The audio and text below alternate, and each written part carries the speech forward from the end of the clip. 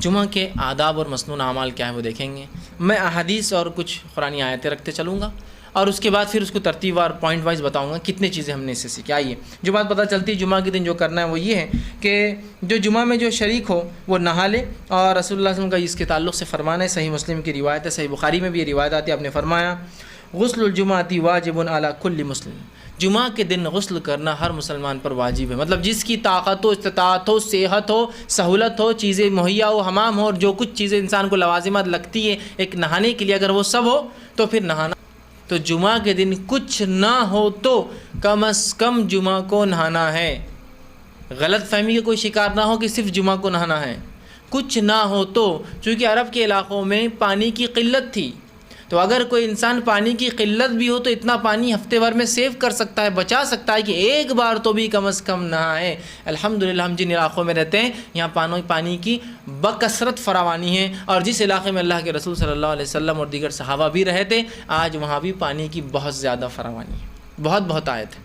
لیکن کچھ لوگ ایک دن آڑ نہاتے ہیں, کچھ لوگ صحت کی وجہ سے 2 دن آڑ نہاتے ہیں, کچھ لوگ صحت کی خرابی کی وجہ سے 3 دن آڑ نہاتے ہیں. مطلب ہفتے میں 2 بار ان کا ہوتا ہے. انسان کی صحت ہوتی ہے, حالات ہوتے ہیں, جسمانی کیفیتیں ایسی نہیں ہوتی کچھ لوگوں کی کہ ہر بار نہا سکے, بڑھاپا ہے ساتھ نہیں دیتا ہے, صحت کی کمزوری, جوان ہے لیکن بیمار ہے, بہت چیزیں ان کم از کم ایک بار. اور جمعہ کے دن تو خاص طور سے عادت کے لیے, تاکہ بچوں کو عادت ہو, بیوی کو عادت ہو, گھر والوں کو عادت ہو, سب کوشش کرے کہ جمعہ کے دن نہائے. یہ پہلا کام ہمیں جمعہ کے دن کرنا ہے. اور اگر کوئی انسان شادی شدہ ہے تو وہ کوشش کرے کہ رات اپنی بیوی سے ہم بستری کریں, اس لیے کہ غسل جنابت جمعہ لینے کا بھی ایک فضیلت ہے. انشاءاللہ آگے آئیں گی وہ فضیلت بھی.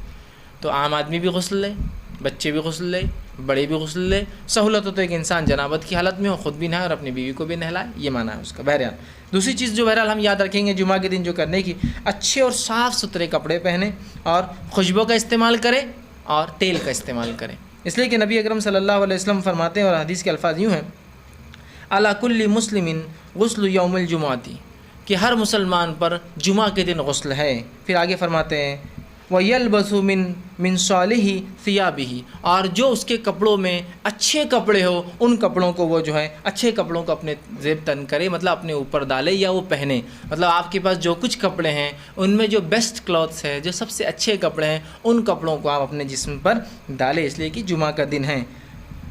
وَإِنْ كَانَ لَهُ طِيبٌ مَسَّ مِنْهُ, اور پھر آگے فرماتے ہیں اور اگر کسی کو اللہ نے خوشبو میسر کی ہے, کہ تو خوشبو بھی اس زمانے میں بہت مشکل ہوتی تھی انسان کے, اور آج بھی بہت سے لوگ نہیں لگا پاتے, تو اگر اللہ نے خوشبو میسر کی ہے تو ضرور پھر خوشبو کو لگائے. ایک روایت میں تیل کے الفاظ بھی آتے ہیں کہ تیل لگائے اور خوشبو لگائے. تو اب جمعہ کا دن ہے, غسل لیا, بس جتنے اچھے کپڑے ان کپڑوں کو آپ ڈالیے, اپنے کپڑوں میں جو اچھے کپڑے ہوں, ٹھیک ہے. اس کے بعد آپ جو ہے خوشبو لگائے, اور اللہ نے میسر کیا ہے تو خوشبو اور تیل کا ضرور جو ہے استعمال کریں. اسی طرح جو باتیں حدیث میں ملتی ہے جمعہ کے دن کرنے کی وہ یہ ہے, آپ فرماتے ہیں جو شخص جمعہ کے دن غسل جنابت کرے, یہی روایت سے میں نے آپ سے کہا کہ جو نکاح شادی شدہ اور سہولت ہو تو وہ جو ہم بستری کرے تاکہ پھر وہ جنوبی اور غسل جنابت کرے. تو حدیث کے الفاظ سنیے, جو شخص جمعہ کے دن غسل جنابت کرے اور پہلے وقت میں ہی چل پڑے, غسل جنابت کیا اور اول وقت میں جمعہ کی کہاں چل پڑا, مسجد کی طرف چل پڑے, تو گویا اس نے اللہ کے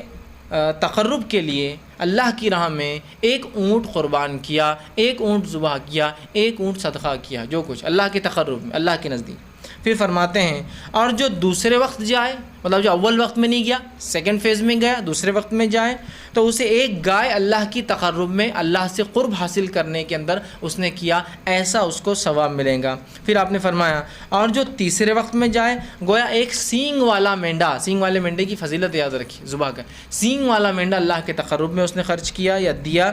اس کے بعد فرماتے اور ایسا شخص جو چوتھے وقت میں جائے, بہت ہی قریب خطیب چڑھ گیا, چوتھا وقت بالکل ایک دم نماز سے قریب, چوتھے وقت میں جائے تو اس کی مثال ہے جیسے اس نے ایک مرغی اللہ کی راہ میں قربان کی. اور جو پانچویں وقت میں گیا, دا لاسٹ کمرس جس کو بولیں گے, اس کی مثال ایسی ہے جیسے اس نے ایک مرغی کا انڈا اللہ کی راہ میں قربان کیا یا صدقہ کیا. اور پھر آپ نے فرمایا میں دیا. اور جب امام خطبہ دینے کے لیے آ جاتا ہے, ممبر پر بیٹھ جاتا ہے, تو فرشتے جو دروازوں پر ہوتے ہیں, جو اندر داخل ہونے والوں کے نام لکھتے رہتے ہیں کون کون جمعہ کے لیے آ رہا ہے, وہ رجسٹرز کو بند کر دیتے ہیں اور آ کر خطیب کا تذکیر, جو خطیب نصیحت اور وعظ کرتا ہے, وہ سننے بیٹھ جاتے ہیں. تو گویا کوشش یہ کرنی چاہیے کہ جمعہ کو خطیب کے ممبر پر چڑھنے سے پہلے آنے والا 5th ہے کہ تو اس کو انڈے کا ثواب مل رہا.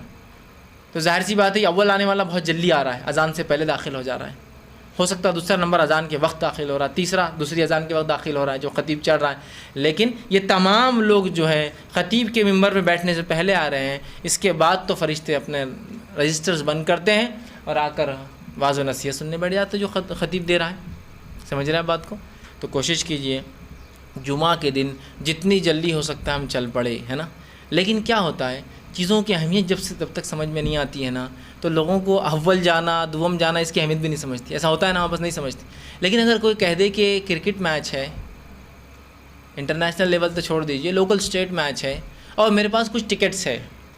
اب ٹکٹس ایسے ہے کہ وہ تو ایک اسپیشل VIP لان ہوتا ہے، اس کے بعد جنرلی اسٹیڈیمس میں نمبر سے نہیں ہوتے ہیں، لوگ ترتیب میں بٹھاتے جاتے ہیں جیسے لوگ آتے ہیں. تو جو سب سے وہ لائیں گا وہ سب سے نزدیک کی سیٹ پائیں گا اور سب سے نزدیک سے گیم دیکھ سکتا ہے. تو وہاں کیسا اجلت کرتا ہے آدمی کہ جلدی جا کر وہاں بیٹھیں گے تو نزدیک سے دیکھیں گا. کوئی سیلیبریٹی آ رہا ہے، کوئی ایسا شخص جو سٹار ہو، چاہے سپورٹس کے اندر ہو یا فلموں کے اندر فلاں ہو، تو اس کو دیکھنے کے لوگ کیسے آگے کھڑے ہونا پسند کرتے ہیں؟ اس کے لیے جو ٹکٹ جو قیمتیں ہوں، ہے نا، اول، چونکہ اس کو اہمیت دی جا رہی ہے. میں یہ کہنا چاہ رہا ہوں جمعہ کی بھی اہمیت سمجھیے، اس کو اہمیت دیجیے کہ آج تو جلدی جانا ہے، دوسروں سے آگے پہنچنا ہے، ممبر سے نزدیک بیٹھنا ہے، خطیب کے نزدیک بیٹھنا ہے تاکہ وہ دکھے مجھے، اس کو میں غور سے سنوں. بہت اہم ہے اندر کی. تو کتنی باتیں آ گئی اس حدیث کے اندر. جنابت کا غسل لے، جلدی جائے، 5 وقت بتا دیے گئے. پہلے وقت میں جانے والا اونٹ کی قربانی کے برابر ثواب، گائے کی قربانی کے ثواب، مینڈے کی قربانی کا ثواب، مرغی اور پھر انڈے کا آخری. اور اس کے بعد تو پھر رجسٹر کلوز ہے، فرشتے جا کر سنتے بیٹھ جاتے ہیں جو خطیب واعظ و نصیحت کرتا ہے. اسی طرح جو ہم کو جمعہ میں کیے جانے والے اعمال کے تعلق سے پتہ چلتا ہے وہ یہ ہے کہ مسجد میں داخل ہونے کے بعد جتنی نوافل آسانی سے ہو سکیں اتنے پڑھیں. اس لیے کہ نبی اکرم صلی اللہ علیہ وسلم نے اس کا حکم دیا. آپ جمعہ کے لیے داخل ہوئے مسجد میں، جتنے نوافل آپ آسانی سے پڑھ سکتے ہیں اتنے نوافل جمعہ کے دن پڑھنے کی آپ کوشش کریں. آپ صلی اللہ علیہ وسلم فرماتے اور کہتے ہیں، یہ صحیح بخاری کی روایت، آپ نے فرمایا جو شخص جمعہ کے دن غسل کرتا ہے اور استطاعت کے مطابق اچھی طرح وضو کرتا ہے، غسل کرتا ہے اور استطاعت کے مطابق اچھی طرح غسل کرتا ہے، ٹھیک، بہت پرفیکٹلی اپنے جو وضو کو کرتا ہے اور تیل یا خوشبو لگاتا ہے، سر میں تیل لگاتا ہے، جسم پہ خوشبو لگاتا ہے، پھر مسجد میں پہنچ جاتا ہے اور 2 آدمیوں میں فرق نہیں کرتا. مسجد میں جب پہنچتا ہے تو اس کو ہٹا کے نہیں جاتا ہے، جہاں جگہ ملی وہاں رکتا ہے. لیکن اس کا ہرگز مطلب نہیں کہ آگے والوں نے اگر صفیں چھوڑ دی تو آپ پیچھے کھڑ رہیں گے، پھر تو آپ ان کو توڑ کر جائیں گے. لیکن آگے فل ہونے کے بعد بھی کچھ لوگ جاتے ہیں، ان کو منع کیا گیا ہے. ٹھیک، صف بندی کی آداب یہی، پہلا آنے والا پہلا بیٹھیں گا، دوسرا آنے والا پھر ترتیب میں ہوں گا. ٹھیک. ہاں، بس دینی مجالس میں الٹا ہوتا ہے، لوگ پیچھے سے بھرتے ہیں، دنیا مجالس آگے سے بھرتی ہے. کھانے میں آپ پیچھے رہنا چاہتے ہیں آگے رہنا چاہتے ہیں؟ دعوت میں اگر دروازہ کھل رہا ہے تو آپ پیچھے رہنا چاہتے ہیں آگے رہنا چاہتے ہیں؟ آگے. لیکن دینی مجلس میں اگر کوئی دروازہ کھول رہا ہے تو آ رہا ہوں.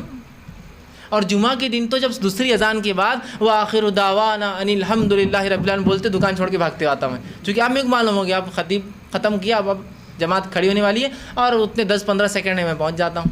دینی مجالس میں پیچھے رہنا چاہتے ہیں، دنیاوی مجالس میں آگے. منسٹر آ رہا ہے، آگے رہنا چاہتے ہیں پیچھے رہنا چاہتے ہیں؟ آگے رہنا چاہتے ہیں.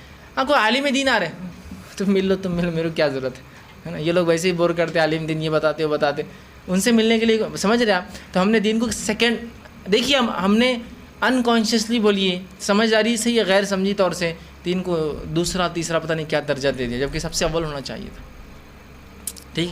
تو آپ فرماتے ہیں مسجد پہنچتا ہے، 2 آدمیوں میں فرق نہیں کرتا، ان کو ہٹاتا نہیں ہے، اور جو اس کے لیے مقدر ہے نماز پڑھتا ہے، مطلب نوافل ادا کرتا ہے. اسی سے میں نے کہا جتنی ہو سکے اتنی نوافل میں اضافہ. مقدر پڑھتا ہے، پھر امام کے خطبے میں خاموش رہتا ہے، کوئی آواز نہیں کرتا، سنتا ہے غور سے. خاموش رہتا ہے مطلب غور سے سنتا ہے، رہتا ہے. تو اگلے جمعے تک اس کے گناہ تمام معاف کر دی جاتے ہیں، سوائے اس کے کہ وہ کبیرہ گناہ کوئی نہ کرے. ایک جمعے سے دوسرے جمعے تک اگر نماز میں آتا ہے، اول آتا ہے، نہا کر آتا ہے، خوشبو لگاتا ہے، تیل لگاتا ہے، جلدی پہنچتا ہے، لوگوں میں فرق نہیں کرتا، جہاں جگہ ملی بیٹھ جاتا ہے، غور سے خطیب کو سنتا ہے، خطبے پہ وہ کرتا ہے، جتنی ہو سکے اتنی نافل نماز اضافہ کرتا ہے، تو اللہ آنے والے جمعہ تک کے تمام گناہوں کو معاف کرتا ہے. صغائر صرف یہ ضروری ہے کہ وہ کبیرہ گناہ نہ کرے، ہے نا. کتنی فضیلت ہے جمعہ کی. اور کیے جانے والے اعمال بھی دونوں ایک ساتھ آ رہے ہیں، اس لیے میں نے فضیلت میں الگ سے روایتیں نہیں رکھی. یہ فضیلت بھی ہے اور کیے جانے والے اعمال بھی ہے. ٹھیک. اسی طرح جو بات پتہ چلتی ہے حدیثوں سے کہ کیا کرنا ہے جمعہ کے دن، وہی ہے کہ امام کے آنے پر گفتگو ترک کر دینا اور کسی چیز سے کھیلنا نہیں ہے.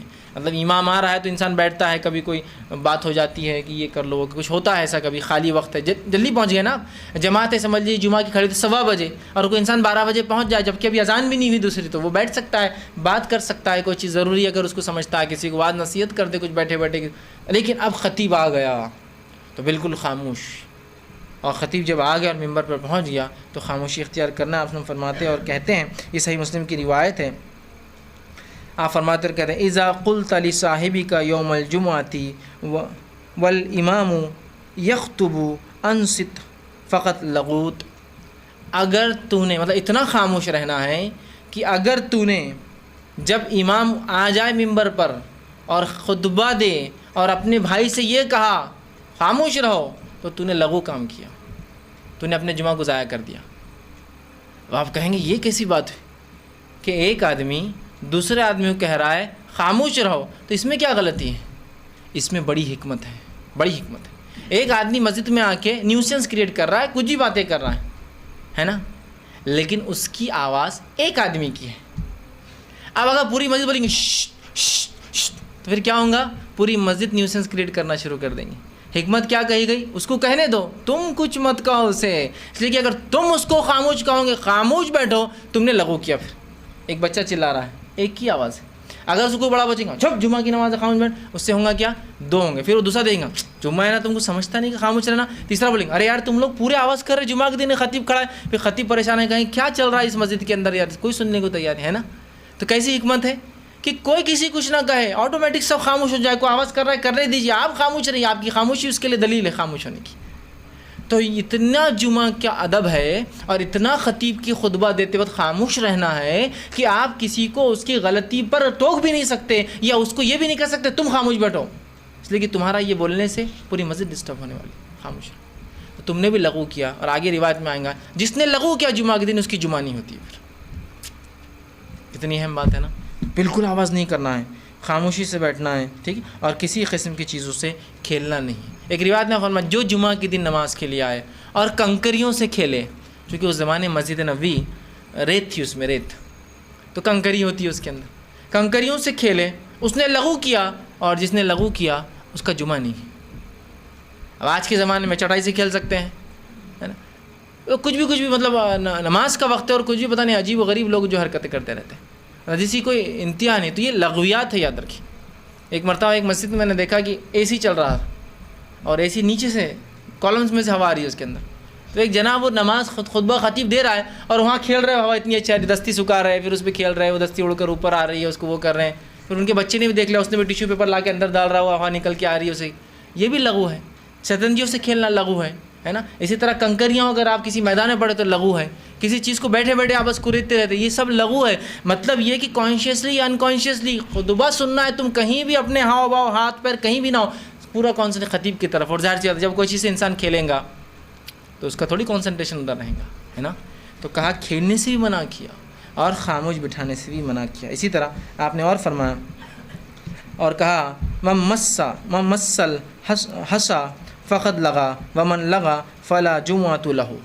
جس نے جو ہے کنکریوں سے کھیلا جمعہ کے دن، کیونکہ اس زمانے کنکریاں تھیں، تو اس نے جو ہے لغو کیا، اور جس نے لغو کیا اس کا جمعہ نہیں ہوتا. کتنی اہم بات ہے نا، کتنی اہم بات ہے. اب ہمارے پاس اللہ رحم کرے کچھ لوگوں کو تو ہند پاک میں ہم دیکھتے عادت ہی ہوتی ہے صرف چلانے کی. مسجد میں آتے یہ نہیں ہے، چٹائی لاؤ، یہ فلاں کرو. آپ کر سکتے جمعہ میں چٹائی میں کمی ہے، آواز برابر نہیں آ رہی، لیکن یہ بالکل خاموشی سے آپ جائیں گے، چٹائی لائیں گے، بچھائیں گے. چونکہ ضروری ہے، باہر گرمی ہے، دھوپ کی شدت ہے، آدمی نیچے نہیں بیٹھ سکتا، لیکن چلانا، چیخنا، پورا مینجمنٹ اپنی جو ہے پورا جس کو کہیں گے لیڈرشپ دکھانا شروع کر. جمعہ چل رہا اور لیڈرشپ چل رہی ان کی ادھر، یہ بچھاؤ، سمجھتا نہیں کہ میں اتنے لوگ آتے ہیں مسجد میں، یہ ان کا اپنا چلتے رہتا. یہ جمعہ کے بعد بھی ہو سکتا ہے، یہ بعد میں مینجمنٹ کو بولا جا سکتا ہے، اتنے ہی شدت سے بولا جا سکتا ہے. بعد میں تو لوگ اور زیادہ ہوں گے اگر آپ کو لوگوں کو بتانا ہی ہے تو، لیکن وہاں ہم کرتے چونکہ ہم کو ادب ہی نہیں پتہ جمعہ کا. ٹھیک، تو کہا پھر اس نے لغو کیا، اور جس نے لغو کیا اس کا جمعہ نہیں ہوتا ہے. ٹھیک. اسی طرح فرماتے ہیں اگر کوئی شخص مسجد میں اس وقت آتا ہے جب امام خطبہ دے رہا ہے تو اسے پہلے تحیۃ المسجد پڑھنا ہے اور پھر نیچے بیٹھنا ہے، سیدھا نہیں بیٹھنا ہے. اس لیے کہ نبی اکرم صلی اللہ علیہ وسلم نے اس تعلق سے فرمایا اور آپ کے زمانے میں ہوا یہ کہ ایک شخص آیا، آپ نے فرمایا اذا جاء احدکم اليوم الجمعۃ والامام یخطب، کہ تم میں سے جب کوئی شخص مسجد میں داخل ہو اور امام خطبہ دے رہا ہو تو آپ نے فرمایا فلیرکع رکعتین ولیتجوز فیہما، کہ تم میں سے کوئی شخص مسجد میں داخل ہو جب خطیب خطبہ دے رہا ہے تو وہ کیا کرے کہ وہ جو ہے 2 رکعتیں پڑھ لے، ہلکی پڑھے لیکن بہت لمبی نہیں، ہلکی 2 رکعتیں پڑھ لے اور وہاں جو ہے بیٹھ جائے تخفیف کے ساتھ، ہلکی 2 رکعتیں پڑھ لے اور پھر بیٹھ جائے، ہے نا۔ کیا فرمایا آپ نے کہ اگر تم میں سے کوئی شخص مسجد میں داخل ہو، امام خطبہ دے رہا ہو تو تم 2 رکعتیں ہلکی پڑھو اور پھر کیا کرو وہاں بیٹھ جاؤ۔ ہمارے پاس کیا ہوتا ہے، خطبہ چل رہا ہے تو نماز نہیں پڑھ سکتے، تو پھر وہ خطبے میں آتا ہے ایسا جھکتے جھکتے آتا اور اندر گھس جاتا خطبے میں۔ اس کے بعد پھر خطیب خطبے کے بعد، اچھا یہ خطبہ اردو ہے عربی بھی نہیں، یہ بولتے ہیں جس نے نماز نہیں پڑھی پڑھ لے، تو پھر سب پوری مسجد اٹھ جاتی اور ایسا لگتا ہے کبھی کوئی نیا آدمی کو جماعت کھڑی ہو رہی ہے وہ بیچارہ کھڑے ہو جاتا، اگر سمجھو وہ غیر اردو زبان کا آدمی ہے اس کو لگتا ہے سب کھڑی ہو رہی ہے، وہ بھی کھڑا ہو جاتا ہے، بعد میں دیکھتا سب اپنی اپنی نماز مان رہے ہیں، ہر آدمی اپنی اپنی کر رہا ہے۔ اور اس عمل کی وجہ سے کہ دوران خطبہ ہمارے پاس روکا جاتا ہے نماز پڑھنے سے، جبکہ رسول اللہ نے حکم دیا، بلکہ آپ ایک بار جمعہ کا خطبہ دے رہے تھے، ایک شخص آ کر بیٹھ گیا، آپ نے کہا ایک شخص نماز پڑھ لے پھر بیٹھ، وہ شخص کھڑا ہوا نماز پڑھا اور پھر بیٹھ گیا، آپ نے اسے پڑھنے کا حکم دیا نماز، تاکہ وہ تحیۃ المسجد پڑھے اور اس کے بعد بیٹھے۔ ہمارے پاس یہ حال ہے کہ کوئی آ کر اگر نماز پڑھے، ارے خطبہ چل رہا ہے اردو، ویسے خطبہ جمعہ کے 2 ہونا چاہیے، ہمارے پاس خطبہ جمعہ کے 3 ہوتے ہیں، ہے نا۔ ایک اردو میں پہلی اذان کے بعد ممبر سے نیچے، ایک عربی میں دوسری اذان کے بعد ممبر کے اوپر، پھر خطیب بیٹھتا ہے بیچ میں ایک بار پھر کھڑا ہوتا ہے، پھر وہ تیسرا ہوتا ہے مطلب دوسرا خطبہ عربی میں ممبر پہ سے، جبکہ رسول اللہ کے زمانے میں خطبے صرف 2 ہوا کرتے تھے۔ اب دوسری اذان کے بعد، مطلب معاف کرنا آپ کے زمانے میں تو دوسری اذان نہیں ہوتی، ایک ہی ہوتی، اذان کے بعد خطیب کھڑا ہوتا سیدھا ایک، اس کے بعد بیچ میں بیٹھ کر اٹھتا 2۔ تو دوسرے خطبے کی مطلب پہلا جو اردو میں ہے جو کہ خطبہ ہے بھی نہیں مسنونہ، جو ممبر سے ہٹ کر کرسی بیٹھ کر ایک ساتھ دیتے رہتے ہیں، جبکہ سنت ہے کہ ممبر پہ چڑھ کے دیا جائے، یہ ایک نئی بدعت ہے ہمارے پاس جو ایجاد کر دی گئی، اور حد یہ ہے کہ پھر اس میں نماز نہیں پڑھنے دے رہے آپ۔ اور چونکہ بعد میں اعلان ہوتا ہے کہ جس نے نفل نہیں پڑھی پڑھ لے، سب اٹھ کر پڑھتے ہیں، تو جو پہلے آتا ہے وہ اس لیے نہیں پڑھتا ہے کہ بعد میں سب پڑھیں گے تو اچھا نہیں لگتا اپن بیٹھے ہوئے ہیں، تو اس نے بھی نہیں پڑھتا ہے، ایک سنت تو ختم کرتا ہے، جمعہ میں بیٹھ جاتا ہے، پھر اعلان ہوتا ہے کہ پڑھ لو تو پھر سب کھڑے ہوتے ہیں، پوری مسجد ایسی کھڑی ہوتی ہے جیسا کہ جماعت کھڑی ہو رہی ہے، لیکن سب اپنی اپنی پڑھتے ہیں، پھر خطبہ اذان ہوتی ہے اور پھر خطبہ ہوتا ہے۔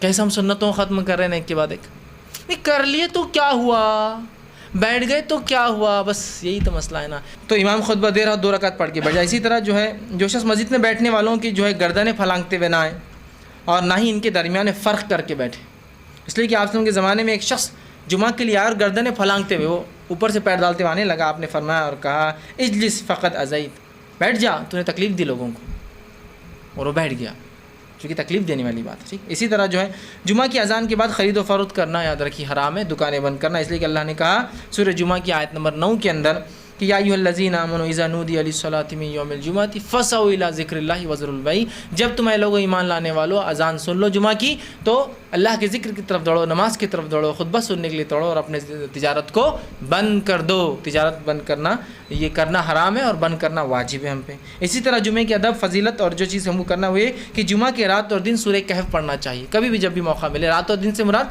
جمعرات، ہمارے پاس چونکہ وہ جمعرات وہ جمعے کی رات کو بولتے ہیں جمعرات، اور جمعہ کا دن، اور رات پہلے آتی ہے اسلام میں، دن بعد میں، تو جمعرات جب گزر جاتا ہے اس کی جو رات آتی ہے وہ ہوتی ہے جمعے کی رات اور دن، تو سورہ کہف ان میں سے کبھی نہ کبھی پڑھنا چاہیے، اس لیے کہ آپ نے فرمایا اور کہا، یہ مستدرک حاکم کی روایت اور صحیح، آپ نے فرمایا من قرأ سورۃ الکہف فی یوم الجمعۃ اضاء لہ من نور ما بین الجمعتین، جو شخص سورہ کہف کو پڑھتا ہے تو ایک جمعہ سے دوسرے جمعہ تک ایک نور اس کے لیے جو ہے چمکتا رہتا ہے۔ تو کوشش کرے جمعہ کے دن سورہ کہف پڑھنے کا اہتمام کرے۔ اسی طرح جو ہے رسول اللہ صلی اللہ علیہ وسلم جمعہ کے دن جو ہے رسول اللہ صلی اللہ علیہ وسلم پر جمعہ کے دن کثرت سے درود بھیجنا چاہیے، آپ صلی اللہ علیہ وسلم فرمایا کہا جمعہ کے دن اور رات، یہ بحقی کی روایت ہے اور حسن درجے کی حدیث ہے، جمعہ کے دن اور رات کثرت سے مجھ پر درود پڑھا کرو، جو اس کی تعمیل کرے گا میں قیامت کے دن اس کے لیے گواہ اور سفارشی بنوں گا۔ جمعہ کے دن خاص طور سے رسول اکرم صلی اللہ علیہ وسلم پر درود زیادہ سے زیادہ بھیجنا چاہیے۔ اسی طرح جمعہ کے دن کثرت سے زیادہ دعا کرنی چاہیے، اس لیے کہ آپ صلی اللہ علیہ وسلم نے فرمایا اور کہا کہ جمعہ کے دن ایک ایسی گھڑی آتی ہے، یہ صحیح مسلم کی روایت، ایسی گھڑی آتی ہے جس میں مانگی گئی دعا اللہ رد نہیں کرتا ہے۔ جمعہ کے دن ایک ایسی گھڑی آتی ہے جس سے مانگی گئی دعا اللہ رد نہیں کرتا ہے۔ کچھ علماء نے لکھا یہ خطیب کے ممبر پہ چڑھنے سے لے کے اترنے تک کا بیچ کا وقت ہے، اور کچھ نے کہا کہ یہ عصر سے مغرب کے بیچ کا وقت ہے، واللہ عالم، ہم نہیں جانتے، لیکن آپ جب وقت ملے جمعہ کے دن کثرت سے دعا کرتے رہیں۔ تو آئیے جمعہ کے دن کیا کیا کام کرنا ہے وہ ایک بار فہرست رکھ دیتا ہوں۔ پہلے غسل لینا ہے، پہلا کام جو کرنا ہے غسل لینا ہے، ہو سکے تو غسل جنابت لیا جائے، ٹھیک، بیوی سے ہم بستری کی جا رہا تو غسل لینا ہے یا غسل جنابت لینا ہے۔ دوسرا کام جو ہے اچھے کپڑے پہننا ہے جو کچھ میسر ہو۔ تیسرا کام خوشبو لگانا ہے اللہ نے دیا تو۔ چوتھا کام جو ہے تیل لگانا ہے، اللہ رب العزت نے استطاعت دی ہے تو۔ پانچواں کام جو ہے وہ یہ ہے کہ جنوبی ہونا، اللہ اگر جنابت میں اگر لیتا تو اچھی بات ہے۔ چھٹی چیز یہ خطبے سے پہلے مسجد میں آنا، یہ بڑا افضل ہے۔ ساتویں چیز یہ کہ جمعہ سے پہلے جو ہے جتنی ہو سکتی اتنی نوافل کا اہتمام کریں۔ آٹھویں چیز جو ہے خاموشی کے ساتھ خطیب کا خطبہ سنیں، اس سے نزدیک بیٹھے، اس کی طرف دیکھتے رہیں۔ اسی طرح دو آدمیوں کے بیچ میں جو ہے نویں چیز فرق نہیں کرنا ہے یا ان کے بیچ میں نہیں بیٹھنا ہے۔ دسواں کام یہ ہے کہ خطبے میں جو ہے بات چیت نہیں کرنا ہے، خاموشی اختیار کرنا ہے۔ اسی طرح جو ہے 11ویں چیز خطبے میں کسی سے کھیلنا نہیں ہے، بالکل سکون کے ساتھ جو ہے خطبہ سننا ہے۔ 12ویں چیز جو ہے تحیۃ المسجد پڑھ کر خطبے میں اگر بیٹھنا ہے، چاہے خطیب خطبہ کیوں نہ دے رہا ہو جمعہ کا۔ 13ویں چیز یہ ہے کہ جمعہ کے دن اذان کے بعد خرید و فروخت کرنا یہ حرام ہے، اس سے ہم کو اجتناب کرنا ہے۔ 14ویں چیز یہ ہے کہ سورہ کہف کو پڑھنے کی ہم کوشش کریں، مطلب جمعہ کی رات اور دن ملا کے کبھی بھی جب بھی موقع ملے۔ 15ویں چیز یہ کہ رسول اکرم صلی اللہ علیہ وسلم کثرت سے درود بھیجنے کی کوشش کرے، اور 16ویں چیز یہ کثرت سے اس دن دعا مانگے۔ یہ کام ہم کو جمعہ کے دن کرنے کی کوشش کرنا ہے، یاد رکھیں۔